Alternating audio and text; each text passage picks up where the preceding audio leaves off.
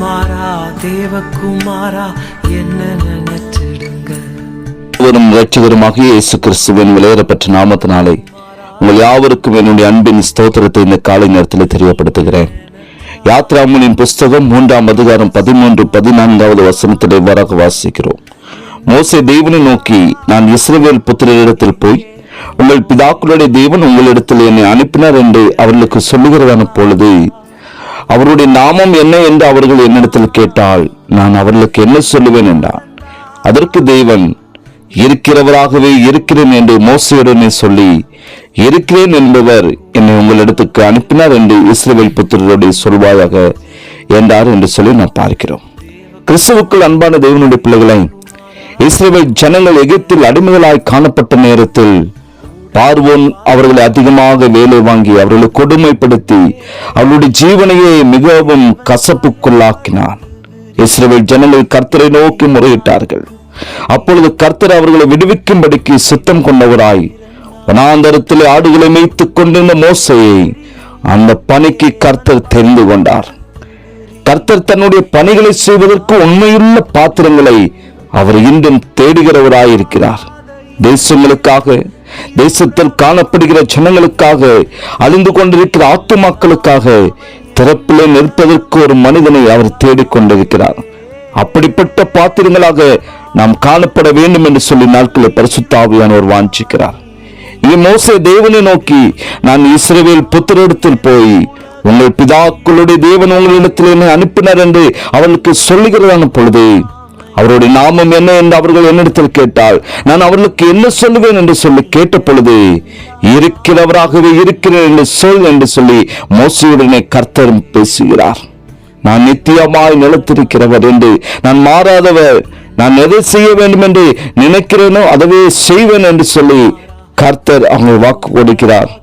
அவர் என்பதுதான் அந்த வார்த்தையினுடைய அர்த்தமாகவும் காணப்படுகிறது. கர்த்தருடைய பிள்ளைகளை, நம்முடைய தேவன் அவர் சர்வ வல்லமை உள்ளவர். அவர் நேற்றும் இன்றும் என்றும் மாறாதவராக இருக்கிறார். அவர் அல்பாவும் ஒமேகாவுமா இருக்கிறார். அவரால் எல்லாம் கூடும். அவர் உங்களுக்கு உதவி செய்வதற்கு அவர் ஆயத்தமுள்ளவராக இருக்கிறார். உங்கள் நெருக்கங்கள் எதுவாக இருக்கலாம், உங்கள் வாழ்க்கையில தேவைகள் எதுவாக இருக்கலாம், என்ன காரியமாக இருந்தாலும் நீங்கள் அவரை நோக்கி கூப்பிடுகிறதான பொழுது உங்களை விடுவித்து தப்புவிக்க அவர் வல்லமை நிறைந்த தேவனாய் காணப்படுகிறார். தாவீது பலவிதமான நெருக்கத்தின் மத்தியிலே கர்த்தரை நோக்கி அவர் கூப்பிட்ட பொழுது கர்த்தர் அவருடைய ஜெபத்தை கேட்டு அவரை விசாலத்திலே வைத்தார்.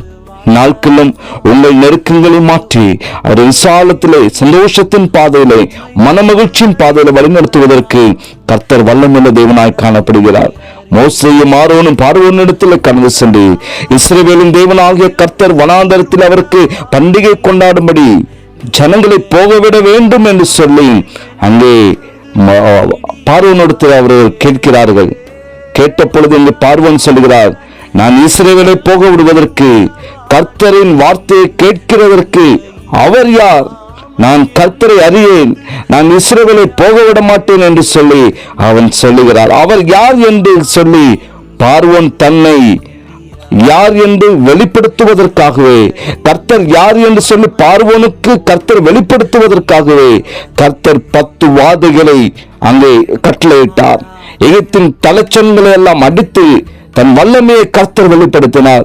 பலத்த கையோடும் ஓங்கிய புயத்தோடும் கூட அவர்களை கர்த்தர் விடுவித்தார். கடைசியில் தன்னை யார் என்று கேட்ட பார்வோனையும் அவன் சேனையும் செங்கடலிலே முற்றிலுமாக அழித்து போட்டார். அவர்கள் மேல் கர்த்தர் வெற்றி சிறந்து மகிமைப்பட்டார் என்று சொல்லி பார்க்கிறோம். ஒருவேளை எனக்கு அன்பான தேவனுடைய பிள்ளைகளை, உங்களை பகைக்கிறவர்கள், உங்களுக்கு விரோதமாய் சத்ருவால் தூண்டவிடப்படுகிறவர்கள், உங்கள் தேவன் யாரு என்று சொல்லி ஒருவேளை கேட்கலாம். கர்த்தர் உங்கள் மேல் மகிமைப்பட்டு உங்களுக்கு வெற்றியை கொடுக்கிற ஒரு நாள் வந்து கொண்டிருக்கிறது. மோசேக்கு இருக்கிறவராகவே இருக்கிறேன் என்று சொல்லி தன்னை வெளிப்படுத்தி அவரோடு கூட இருந்த தேவன் என் நாட்களில் கர்த்தர் உங்களோடு கூட அவர் இருக்கிறவராகவே இருக்கிறார். உலகத்தின் முடிவு சதா நாட்களிலும் நான் உங்களோடு கூட இருந்து உங்களை கைவிடாமல் ஒவ்வொரு நாட்களும் வழிநடத்துவேன் என்று வாக்கு கொடுத்த தேவன் அவர் நம்மோடு கூட இருக்கிறபடினாலே நீங்கள் கவலை கொள்ளாதிருங்கள். உங்களுடைய எல்லா விதமான காரியங்களும் அவரிடத்திலே நீங்கள் சமர்ப்பியுங்கள், அவரிடத்திலே தெரியப்படுத்துங்கள். கர்த்தர் நிச்சயமாக உங்களை விடுவிக்க வல்லமுள்ள தேவனாய் காணப்படுகிறார். ஒரு நாளும் உங்களை கைவிட மாட்டார். கர்த்தரை நம்புகிற பிள்ளைகளை அவர் ஒரு நாளும் கைவிடுகிற தேவன் அல்ல. அவரிடத்தில் உங்களை அர்ப்பணியுங்கள். ஒவ்வொரு நாளும் உங்களை பாதுகாத்து இருக்கிறவராகவே இருக்கிற என்று அருள் செய்த தேவன் ஒவ்வொரு நாட்களும் உங்களோடு வழிநடத்துவார். நம்பிக்கையோடும் விசுவாசத்தோடும் காத்திருங்கள். தெய்வ சமாதானம் உங்களை ஆளுகை செய்வதாக. ஆமென். சொல்லாமா? பரிசுத்தமும் இறக்கும் அன்பின் நல்ல தகப்பனை, ஆசீர்வாதங்களை கொண்டு வந்ததுதான் இந்த காலை வேலைக்காய் நன்றி அப்பா. இருக்கிறவராகவே இருக்கிறேன் என்று சொல்லி வாக்கு தத்தம் கொடுத்து மோசையை பலப்படுத்தின தேவன், தன்னை கர்த்தாவே நீதி அப்பா எகிப்தின் ஜனங்களுக்கு பார்வோனுக்கு ஆண்டவரே நீதி தம்முடைய வல்லமையை வெளிப்படுத்தின தேவன், நாட்கள் ஆண்டவரை நீ இருக்கிறவராகவே இருந்து இந்நாட்கள் நீதி எங்களுக்கும் அப்பா தம்முடைய வல்லமையை வெளிப்படுத்துகிறேன். நீ எங்களோடு வந்து வழி நடத்துகிறேன், எங்களை பலப்படுத்துகிறேன், எங்களை தாங்குகிறேன், எங்களை தப்புவிக்கிறேன், எங்களுடைய எல்லா தேவைகளையும் சந்திக்கிறீர் ஆண்டவரே. எல்லாருடைய நெருக்கத்தையும் கண்ணீரையும் கர்த்தர் மாற்றுகிறீர் ஆண்டவரே.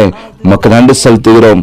பலவிதமான கர்த்தாவை சூழ்நிலையில விடுவிக்கப்பட முடியாத சூழ்நிலையில மிகவும் நெருக்கத்தின் மத்தியில் காணப்படுகிற பிள்ளைகளை கர்த்தாவை நீங்க விடுவிப்பீராக.